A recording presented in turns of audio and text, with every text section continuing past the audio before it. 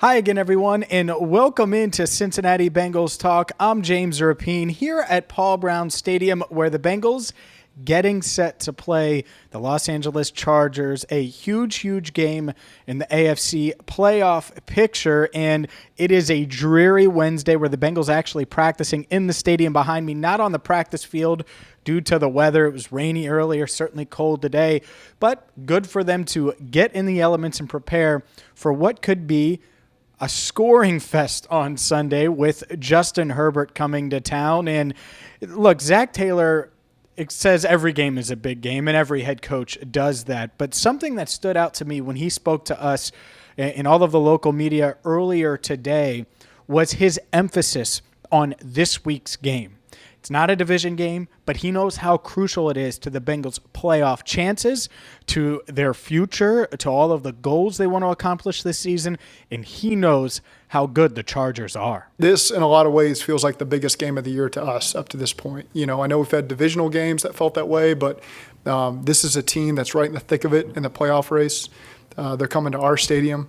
And of all the games we played this year, we need the support of the fans more than any other. Just because where we are in the season, we're in December now, and a team that's fighting for their playoff hopes, and they have talent all across the board. They have really good coaches, and you know we really got to set the tone in this month of December, starting with this game. And so again, they present challenges in all three phases. They have a really good returner.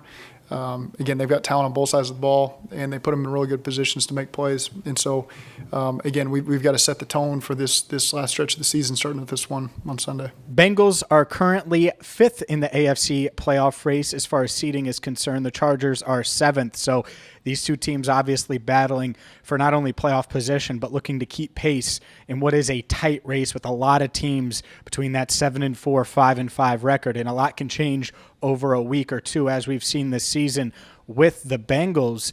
Obviously, this is going to be a Justin Herbert versus Joe Burrow type of matchup, at least from a headline standpoint. That's what a lot of people are going to talk about. Here's Joe Burrow on being the number one pick in the 2020 draft class. Justin Herbert, who was billed as that for years and years, ended up going 6th to the Chargers.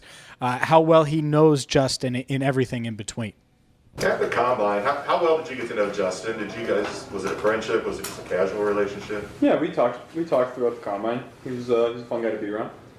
Have you stayed in contact at all? Or? No, I haven't talked to him since then, but followed him. He's been playing a lot really good football. What do you like about his game? He's fun to watch.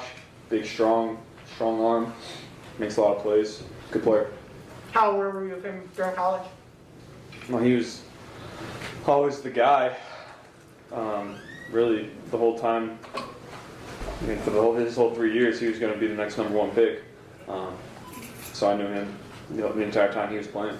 I never thought I'd be the number one pick. I was some unknown backup guy for 3 years. Did you have Offensive Rookie of the Year on your list of goals before last season? Was that something that you cared about? Yeah, that would have meant that, I played well in my rookie season and, cemented myself as the guy here. So that was one of my goals going into last year. Was that one of those things that, amongst many reasons you would have loved to play the entirety of last year, that you would have liked to have seen what that race would have looked like? Because you guys were kind of neck and neck when you ended up going down. Yeah, for sure. You could say that. If the Bengals are going to win on Sunday, it's probably going to be because of their offense and how multiple it is. Maybe they play keep away from Justin Herbert and Austin Ekeler and Keenan Allen and try to run the ball and win by possessing the ball and win the time of possession like they've done the past couple of weeks, where Joe Mixon has 58 carries against the Raiders and Steelers combined. Obviously, the Bengals 2-0, 2 big wins in those matchups, and that could happen again. The Chargers are last in the NFL right now in run defense, statistically speaking. At the same time, maybe it's the other way. Maybe Herbert has a big game and they have to air it out and push the ball downfield and score 45, where it's going to be more of an aerial attack. And that's the thing I've talked about a lot this week on Locked On Bengals, is how multiple they are. So instead of me talking about it, I asked Joe Burrow if this is the most multiple they've been since he was drafted way back in April 2020. Yeah, we really are. saw it at the beginning of the year. We know we hit a lot of big plays, a lot of big touchdowns. So then teams started to try to take that away. And now Joe Mixon's running for 150 yards a game. And so you really have to pick your poison. People get, all caught up in these numbers. Hey, we haven't thrown for 200 yards in a couple games, but we're being really efficient. And sometimes you got to take what the defense gives you. Sometimes you're not going to throw for 300 yards or 200 yards. You're going to have to run for 160, 175 yards when teams allow that to happen, and that's what we've been doing. I didn't just ask Burrow that question. I also asked Zac about that because as a play caller, I'm sure he feels as free as he's ever felt since coming here in 2019 because of the talent, because of the weapons that he has. And going back to the draft, the reason I was on board with drafting Jamar Chase is the impact he could have on this offense. And I think that was the Bengals' vision when they drafted him, is how it could change things. And it's almost a pick your poison type of scenario. Here's Zac Taylor on why they are so multiple, because I asked him if they were the most multiple they've been on offense since he got here in 2019. Yes. I think it's two things. It's the most talent we've had. We got a lot of really good players, and it's year 3 of a system, and maybe that doesn't resonate with everybody, but it is a big deal. For 3 years now, guys who've been part of really the evolution of our offense as an entirety. Because we have evolved over 3 years. We've learned from things that maybe didn't work so well in the first 2 years. We've added pieces, and we're doing our best to put them in a position to really stress defenses. And the players have really just bought in and made it their own. And when there's ownership from the guys that actually run the plays, that's what really tries to take it to the next level. There's obviously the fight. We got to be consistent from week to week. Just because we had productivity last week doesn't mean it's going to carry over to this week. So guys got to keep that standard high, and they have. That's what I've been impressed with. But yeah, I think this in our 3rd year, as it should be, guys are really bought in and playing well. It's no secret that Zac was certainly on the hot seat entering this season. 625-1 in his first 2 years. I'm sure there was some doubt about him coming back. I certainly questioned it. If you're familiar with my work at allbengals.com or on the Locked On Bengals podcast, we were launching, but Zac was already back before Cincinnati Bengals talk really got off the ground for year 3. But I asked if that year 3 part of it, the aspect of telling ownership, look, this is going to be year 3 of my system. It's going to work. Year 3 is such a pivotal year.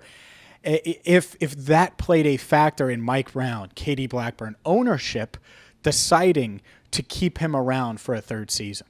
Well, probably a big factor. It's you need to show progress, and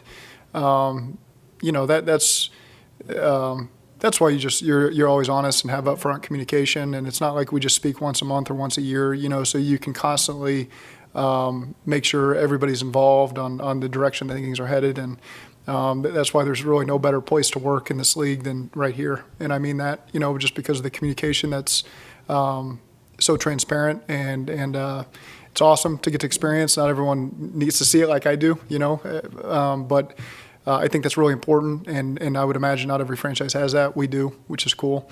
But ultimately, you have to show progress on the field for the fans.